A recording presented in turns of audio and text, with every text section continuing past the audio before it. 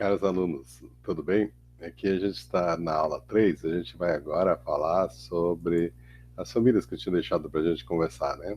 Que seriam o Embalonuride e Rhinopomatide.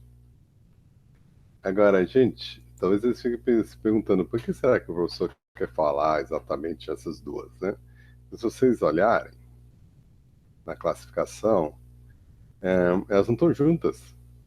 Mas é que quando eu fiz essa aula, né, eu me baseei na Simons and Geisler, né, que era a árvore filogenética morfológica, né, que tinha testado a hipótese se Pteropodide era um primata ou não, né. Eles chegaram à conclusão de que Pteropodide era um morcego, né, e aí as divisões Megaquiróptera e Microquiróptera, elas eram válidas, eles eram um grupo irmãos que compartilhavam várias características, né, inclusive do pé e assim por diante, né. E eles tinham usado tudo que eles conseguiram da morfologia, né? Inclusive placentas, né? Formato do útero, lactação, citogenética, tudo, né? E aí eles construíram uma filogenia que você tem Megaquiróptera e Microquiróptera, né? E você teria Embalonorídea como sendo um grupo irmão de todos os outros microquirópteros, né? Aí você tem um grupo que era Crassionicteri, Rhinopomatide, Nicteride, Megadematide, Nolofoide e Possidiride, né? E depois você tem um grupo que vai do Philostomite a Natalide, né? Então essa aí foi a árvore morfológica, né? E aí, baseado nela, claro que, veja, esses braços, por exemplo, aqui dentro, você pode reorganizar, jogar o Hipossideride até Nitride para um lado ou para o outro, né? Então, eu acho que na classificação que eu tinha, eu fui Balonoride, Pteropodide, foi a primeira aula. Depois Balonoride e Rhinopomatide. Aí depois eu continuei, classe Nicteride, Nictride, Megadematide, e fui indo, né? Então, eu construí as aulas nessa sequência, que era essa árvore filogenética. Mas a gente viu que as coisas mudaram a partir da Tilling, né? Que fez a filogenia dos morcegos, né? E ela levantou a lebre, né? De que né, a filogenia molecular era diferente da morfológica, né? E aí, novos estudos, aí você começaram a quebrar aquela sequência, né? Então, veja que Rhinopomatide não está, essa megadematide está entre, né, o Rhinopomatide, né, e os Pteropodide, né? E Embalonoride saiu de grupo irmão de todo mundo para ficar lá no meio, lá, né, ao lado de Molocide, né? Esse aí é dados moleculares, né, que foram usados desde 2011, né? Aí vieram mais dados, isso aqui é análise filogenômica, né, então filogenômica, né? Essa aí de 2016, né? 2013, né? A gente viu isso. E aí, miotes dos cíficos e Pteronotus panelis e Yangoquilóptera, então Yin e Yangoquilóptera, né? E Pteropus cai dentro desse grupo. Então, Yin Quiróptera e Yangoquilóptera tinha sido a sugestão do Kupa, né? Só que aí, aparentemente, a morfologia não apoiava, né? Só que aí volta, né? Aí Yangoquiróptera estava apoiado, Rhinolophoide, né, e Megaquiróptera, né, mas não estavam fazendo uma coisa junto. Agora estão. E aí ressuscitou Yangoquiróptera, mas Inquiróptera inclui Pteropodida, então virou Impteroquiróptera, tá? A gente viu isso, né, com os artigos que o pessoal escolheu e tudo que a gente discutiu, né? Então, Quiróptera, né, mudou. Então, na verdade, Pteropodide está junto com né, o tá dentro de Inquiróptera, né? Então virou Pteroquiróptera. E Balonorídeo foi parar lá longe, tá bom? Então isso aí é uma análise genômica das reações subordinais de 2016, tá bom? Então isso aí foi ter sido apoiado, então. Então a classificação não é mais essa. E a partir dessa já começa a jogar, ó, Pteropodide, Rhinopomatide, na verdade deveria falar Pteropodide, Megadermatide, Crassionicteride, e depois falar de Rhinopomatide, né? ou sei lá, né? Mas, e em Balonorídeo, que era o grupo irmão de tudo, Pteropodinho de Balonorídeo está ali dentro, né? Então, a partir daqui já não está mais. E aqui ficou completamente diferente, né? Então, de que é, a gente, é, a gente ah, tem que, né, a gente tem que revisar as filogenias, né? E a sequência que eu estou apresentando às famílias não está mais seguindo a filogenia, tá? Então, avisa os navegantes, né? Bom, um, aqui a gente tem a família Embalonoridae. Eles são caracterizados, porque eles são conhecidos como shift-tailed bats, né? Porque o, um rabinho deles atravessa essa membrana no meio, né? Então fica fazendo como se fosse um dedinho no meio do casaco, né? E começa no meio da membrana interfemoral, né? O uropatágio. E ele tá.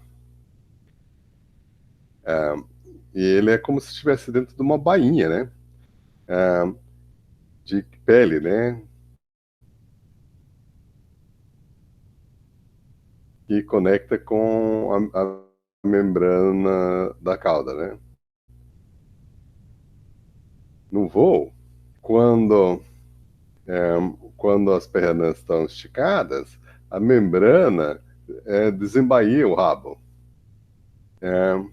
e aumenta a superfície total da área de, de voo todas. Mas esses sacos, eles têm, e também sacos na garganta de muitas espécies, são mais desenvolvidos nos machos e produz uma secreção, o cheiro de, né, musk em inglês, né, que é um cheiro como se fosse cheiro de bicho, né, que é usado para marcar territórios. A maioria das espécies são pequenininhas, né, e até de tamanho médio, né. A cor varia de cinza, marrom, a preto e mesmo branco em algumas espécies. Os morcegos, é, quando eles estão se pendurando, eles seguram as asinhas assim meio levantadinhas, num ângulo, longe do corpo, tá bom? E aqui é um crânio de balonorídeo, eu quero que vocês percebam que as premaxilas não se encontram, né? Então elas são separadas, né? Tem, né, nos dois ramos, né? No ramo palatal e no ramo nasal, né? Você tem uma região meio inflada no crânio na frente, né? Se vocês olharem, né? Eles têm processos pós-orbitais, né? E os dentes são bem de lamnodontes, né? Então, ó, procurem. Processo pós-orbital, né? Região inflada e a ausência dos ramos, né? Palatais e nasais, né? Quer dizer, os nasais estão aqui, né? Mas eles estão curtos, né? Porque as premaxilas elas não se encontram, não se fundem, né? Então tem um buracão, né? A premaxila, na verdade, tem os braços nasais, mas não tem os palatais, né? E eles não se fundem, né? Então é como se eles tivessem, sabe, lábio fendido. É mais ou menos isso, né?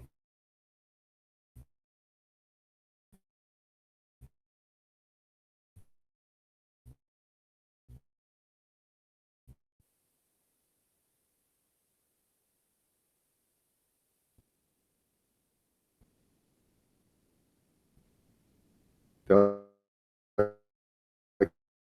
aqui esse roxo assim, vagamente um chihuahua, mas mais peludo, né? E que é a distribuição da família. Então ele é meio pantropical, né? Ele ocorre na África, na Arábia, na Índia, né? Mas só em região tropical, né? Nas montanhas do Nepal não tem, né? Depois ele ocorre em toda essa região tropical indo do sul da China, né? Pegando um pouquinho do sul da China e descendo ali no Vietnã, Birmania, Vietnã, Camboja, Tailândia, Malásia, Indonésia, as Filipinas, a Nova Guiné, ao longo do Mar de Coral, né? E ele entra no Pacífico, né? E também tem na Austrália, né? E em Madagascar. Bom, um, tem 54 espécies em 14 gêneros, né?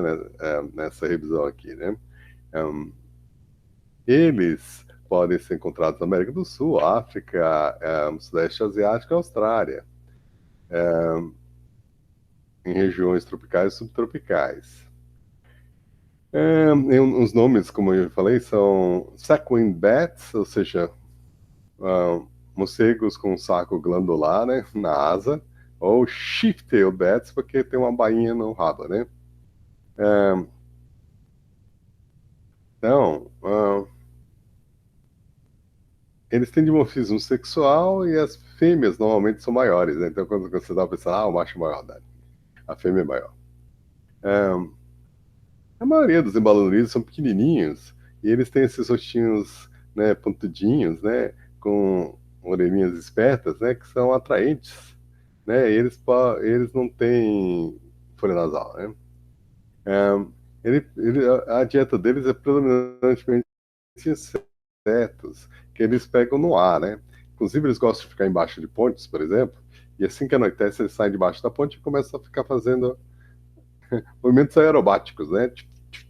Eles estão pegando insetos na superfície da água, ou às vezes é uma área aberta, e eles estão em cima do gramado ali, pegando os insetinhos, né? E eles ficam fazendo loops, isso e aquilo, e é espetacular, né? Eles demonstram grande agilidade. Inclusive, algumas espécies são poderosos voadores, né? Rápidos voadores, enquanto que outros têm grande agilidade na vegetação. Eles abrigam em vários lugares, né? Mas eles gostam de lugares ensolarados ou parcialmente ensolarados com acesso à área aberta, né? Então eles tendem a ficar nos troncos das árvores, né? Eles não ficam nos buracões muito profundos ou nas cavernas, né? Quer dizer, nem todos, alguns sim, né? Mas a maioria não, né? É, eles normalmente botam o corpo inteiro em contato com a superfície vertical, ao invés de ficar presos pelos pés ou no telhado, né? Então eles gostam de ficar na parede, porque eles estão adaptados a ficarem no tronco das árvores, nos galhos das árvores, ou na vegetação, ou na parede de pedra, né? Coisas assim, né? A função dos sacos glandulares foram estudados em Stachypteris bilineata. Nessa espécie, os machos defendem um harém de 3 a 5 fêmeas. Um, é, mas as fêmeas, elas ficam passeando por aí, né? Às vezes, elas visitam haréns, dois, três haréns por dia, né? E umas machos não conseguem prevenir isso. Então ele fica tentando atrair novas fêmeas e manter as que estão ali. Então, o macho fica longos períodos, um, usa uma mistura de saliva e urina, limpando as células glandulares, um, e aí eles usam os seus, uh, né, os seus queixos para tirar um, o, né, o produto granular da região genital e preencher de novo os sacos das asas. Aí eles usam um saco para jogar o cheiro em cima das fêmeas, né? Então, olha, cheiro de saco, né? O escroto, né? Um, e é isso que eles estão usando para atrair as fêmeas. Os machos ficam em frente das fêmeas e faz uma música complexa em ultrassom. As fêmeas respondem, é, com uma música delas, e aí o casal copula, né? É, é, porém, em 80% dos casos, as fêmeas batem no macho e vão embora. É, uma outra coisa que é interessante, as fêmeas que estão no harém, às vezes elas tentam expulsar uma nova fêmea.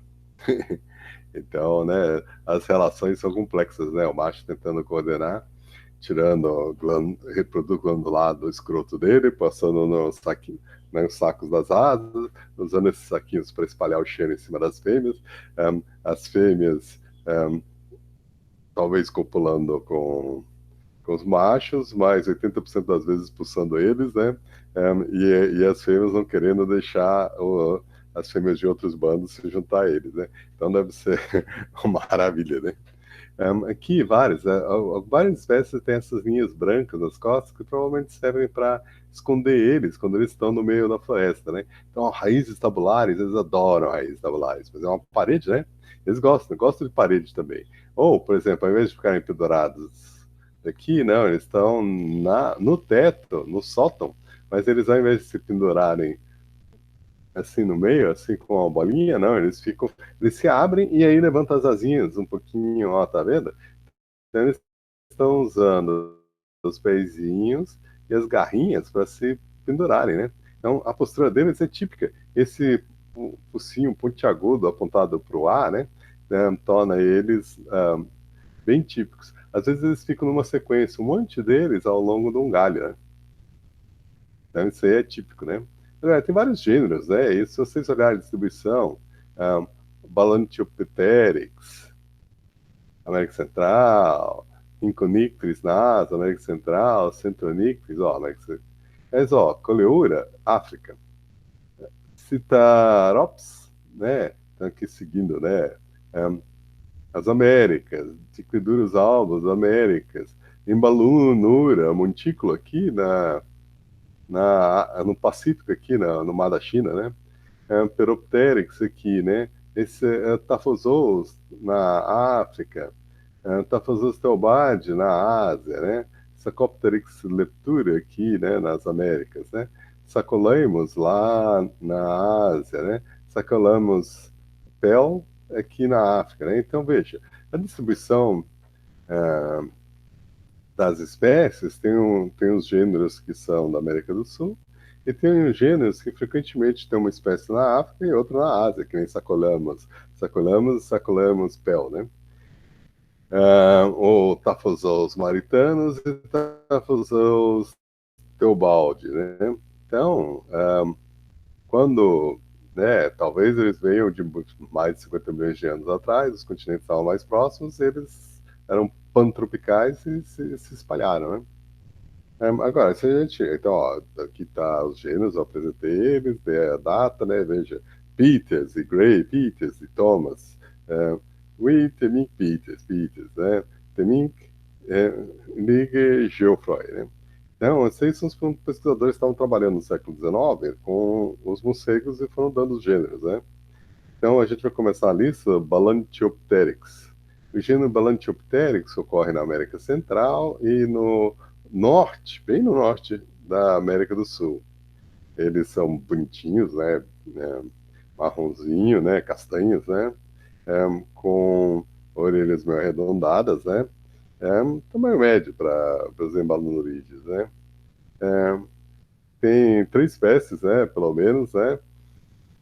É, alguns são bem raros. Em Fusca só tem esses 4 lugares que a gente coletou. E parece ser bem raro. Balam, Balanchopteryx io tem uma ampla distribuição.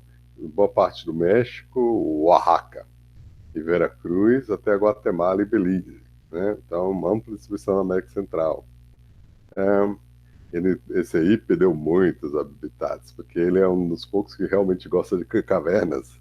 E a, a, a, eles cortaram as florestas, né? E os seus, os seus abrigos lá dentro da floresta, inclusive os templos maias, isso aqui, estão sendo visitados para turismo, né? Então, muitos eles estão sofrendo com o impacto, né? Do turismo e da desmatamento, né?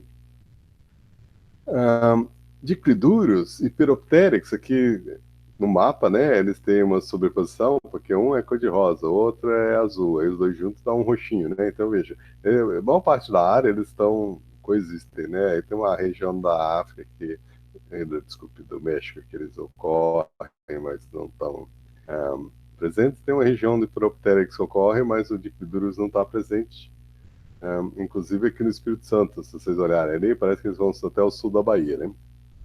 Bom, então aqui a carinha olha como é bonitinho o Tropteryx, né? Parece um chihuahuazinho que cortou o cabelo meio punk, será?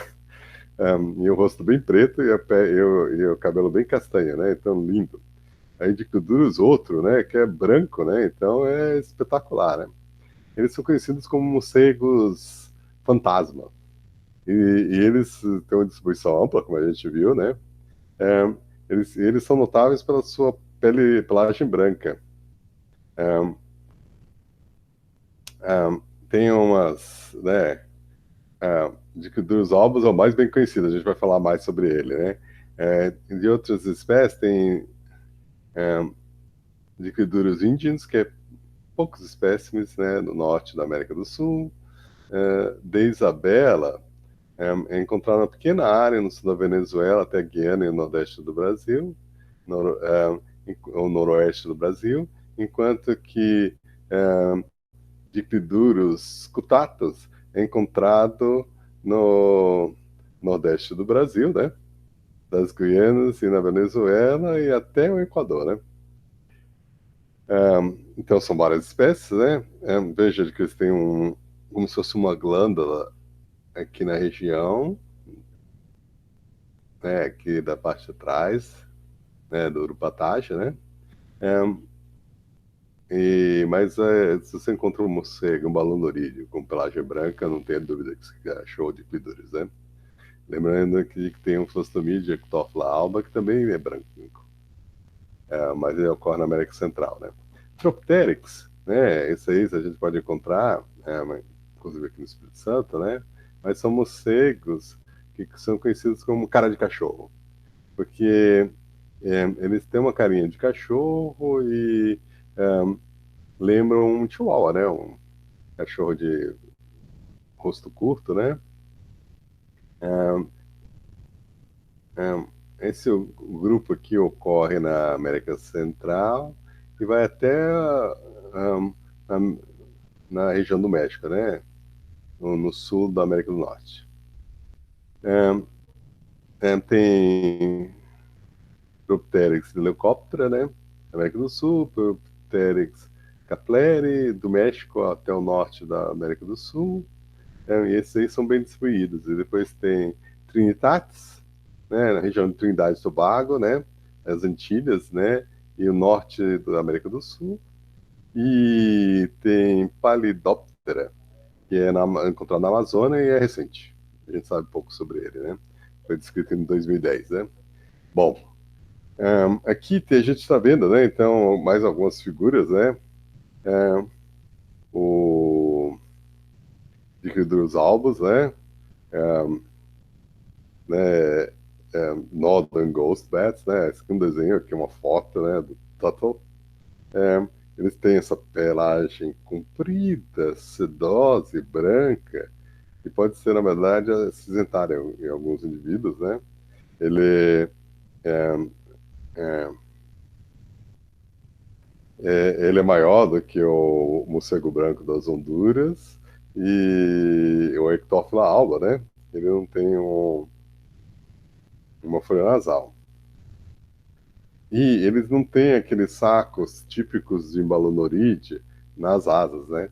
Ele tem é, uns sacos associados à sua membrana interfemoral, né? Que está aqui atrás, né? Perto do rabo, né? E eles são encontrados em vários habitats diferentes, inclusive florestas que chovem o tempo todo e florestas semidescidas, né? E também estão em áreas cultivadas, por exemplo, na plantação de cacau ou o coco. Eles são insetívoros, né? Todos eles são insetívoros e eles ficam acima né? Eles ficam alto, né? Acima do céu. Eles às vezes aparecem e ficam voando em volta de uma luz, né? Que está atraindo, né? Uma luz na rua, né? Que está atraindo mariposas, né? Eles normalmente, enfim, eles se abrigam sozinhos, a não ser na época da reprodução, enquanto que eles formam haréns. Como em quase todos os morcegos, né, com poucas exceções, nasce um filhote por vez, né? Os grupos formam pequenos grupos durante a época de reprodução, né? E um macho atrai dois ou três fêmeas. Por esse saco de dois bolsos, né, que ele tem, né, é, os filhotes normalmente nascem em maio e junho, né? Bom, agora, esse aqui é Propteryx macrotes, né? É um Lesser Dog-like Bat. Então, ó, eles usam não só os pezinhos, só que as garrinhas, né? Eles gostam de parede. Eles não ficam pendurados no meio da sala, eles gostam de parede. E, ó, carinha para cima, olhando, né? E as asinhas frequentemente, você vê, eles estão usando o dedão para pegar e eles levantam o cotovelo. Então é uma postura característica, observe isso, né? Além do rabinho saindo para fora da membrana, né? Esses aí ocorrem em florestas tropicais e descidas das planícies, abaixo de 1.000 metros. E ocorre na área aberta do México. Veja que o México, a parte central, é montanha, né? Então isso tende a ser na parte de baixo, né? Eles gostam de cavernas e eles são pequenininhos. E os bandos, quer dizer, os bandos são pequenininhos, não tem mais de 15 indivíduos. Se bem que eles podem ficar com outras espécies na mesma área, né? Agora, a gente vai falar aqui sobre Centronictis e Sarcopteryx, né? Que ocorrem na América do Sul. Aí eu vou fazer uma pausa antes de começar a falar dos asiáticos, né? Então, Centronictis são pequenos morcegos, né? Que são conhecidos como os morcegos peludos, né? Porque eles têm uma cara, né? Em que é como se fosse um ursinho, né? Com os pelos bem compridos. Né? Eles também têm narizes bem pequenininhos, as suas orelhas são estreitas e a ponta é, é, parece um chifrinho de um carneiro indo para trás.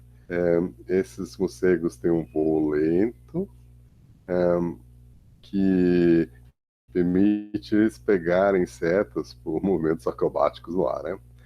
As duas espécies centrais e maximiliano são encontradas na América do Sul, né? C. centralis também é presente na América Central e no México. C. centronictis, né? E Sarcopteryx, então, ó, os africanos, eles também estavam nessa página, só que eu tirei, fui Sarcopteryx bilineata, para vocês verem de quem que a gente está falando. A gente sabe que ele é embalanoide, por quê? Porque ele está usando não só as garrinhas do pé, mas os dedões para se agarrar. Os cotovelos estão fora da superfície, então ficam assim, né? Eles têm essas orelhinhas pontiagudas e esse narizinho pontiagudo, né? Sem folha nasal. E, ó, rabinho tá embainhado dentro da cauda, ele sai do meio da cauda, tá bom? Sarcopteryx tem 3 espécies, né, de distribuição ampla na América, né? Bilineata, senescens e leptúria. As outras duas, a antiquonensis, espécie em perigo, né? Então, são 3 que são distribuição ampla. E aí você tem Antioquenensis, né?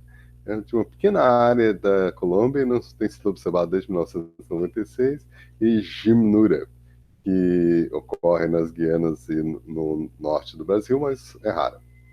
Todas as espécies Sarcopteryx são de floresta, e eles pegam insetos nos espaços entre o dossel, né?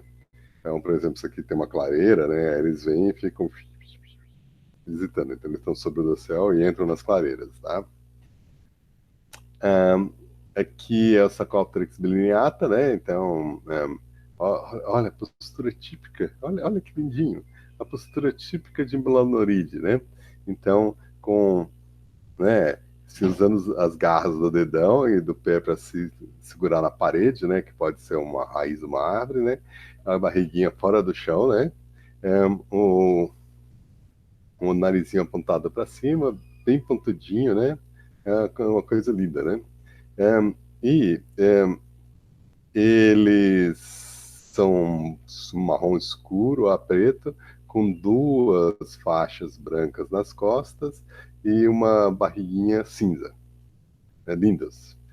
Eles normalmente são associados à água e são comuns nas florestas tropicais, né, de planície, mas pode ocorrer em outros habitantes, inclusive perto de habitações humanas. Eles gostam de ficar na boca das cavernas, eles não gostam do escuridão lá dentro. E nas paredes, né? Ou né? Quando você tem uma rocha, você tem uma fenda nela, eles gostam dali, né? É, eles gostam de pontes, né? Porque age como se fosse uma boca de uma caverna e árvores ocas que são grandes, né? Esse aí, por exemplo, está dentro de uma árvore oca, né? Dessa foto. E ele pode estar junto com outras espécies. Os machos dominantes defendem haréns, mas as fêmeas ficam visitando outros machos com certa facilidade. Eles usam aquele negócio de ficar chacoalhando o cheiro das asas, das glândulas, né, nas fêmeas, para tudo, limpa com urina, aí depois, e saliva, né, lambendo, e depois pega com o queixo mais cheiro, coloca lá e continua, né? As fêmeas que estão no cio cantam de volta para os machos, né? Então, eles fazem a canção deles, elas fazem a canção de volta, e aí ocorre a cópula.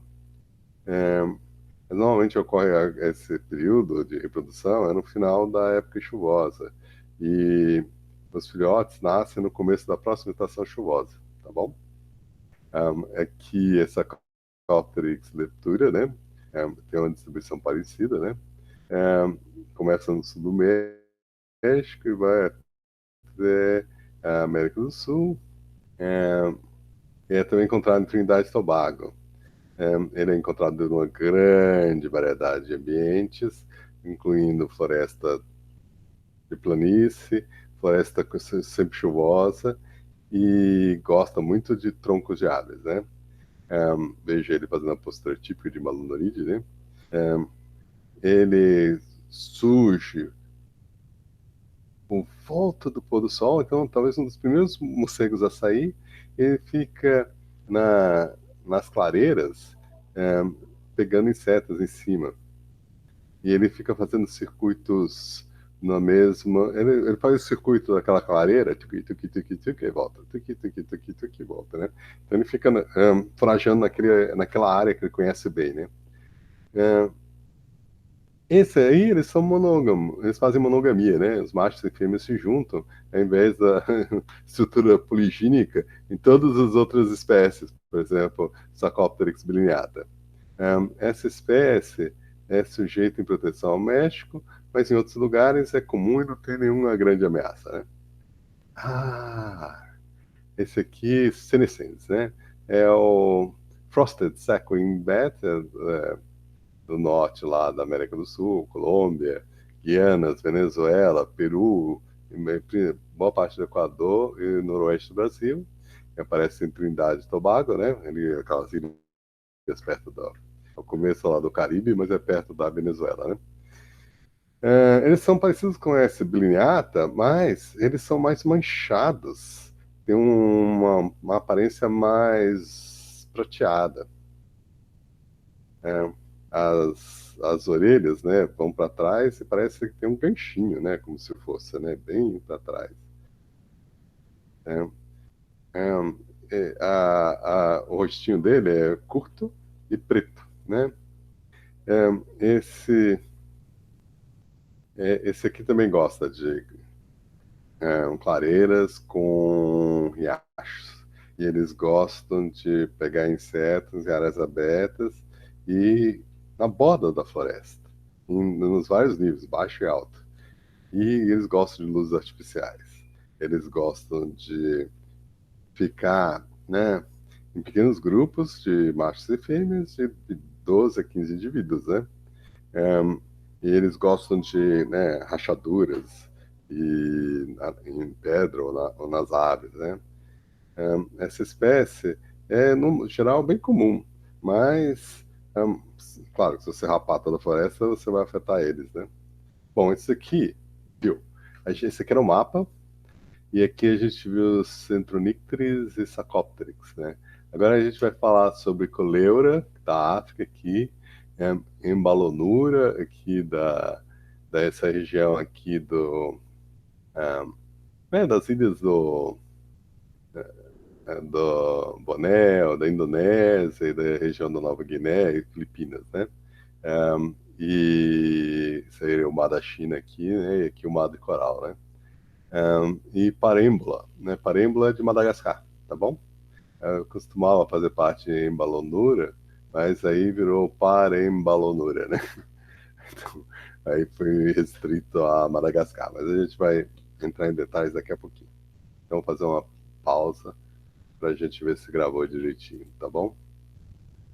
Ups. Um, Interromper a gravação. Interromper a gravação. Sim, interromper a gravação.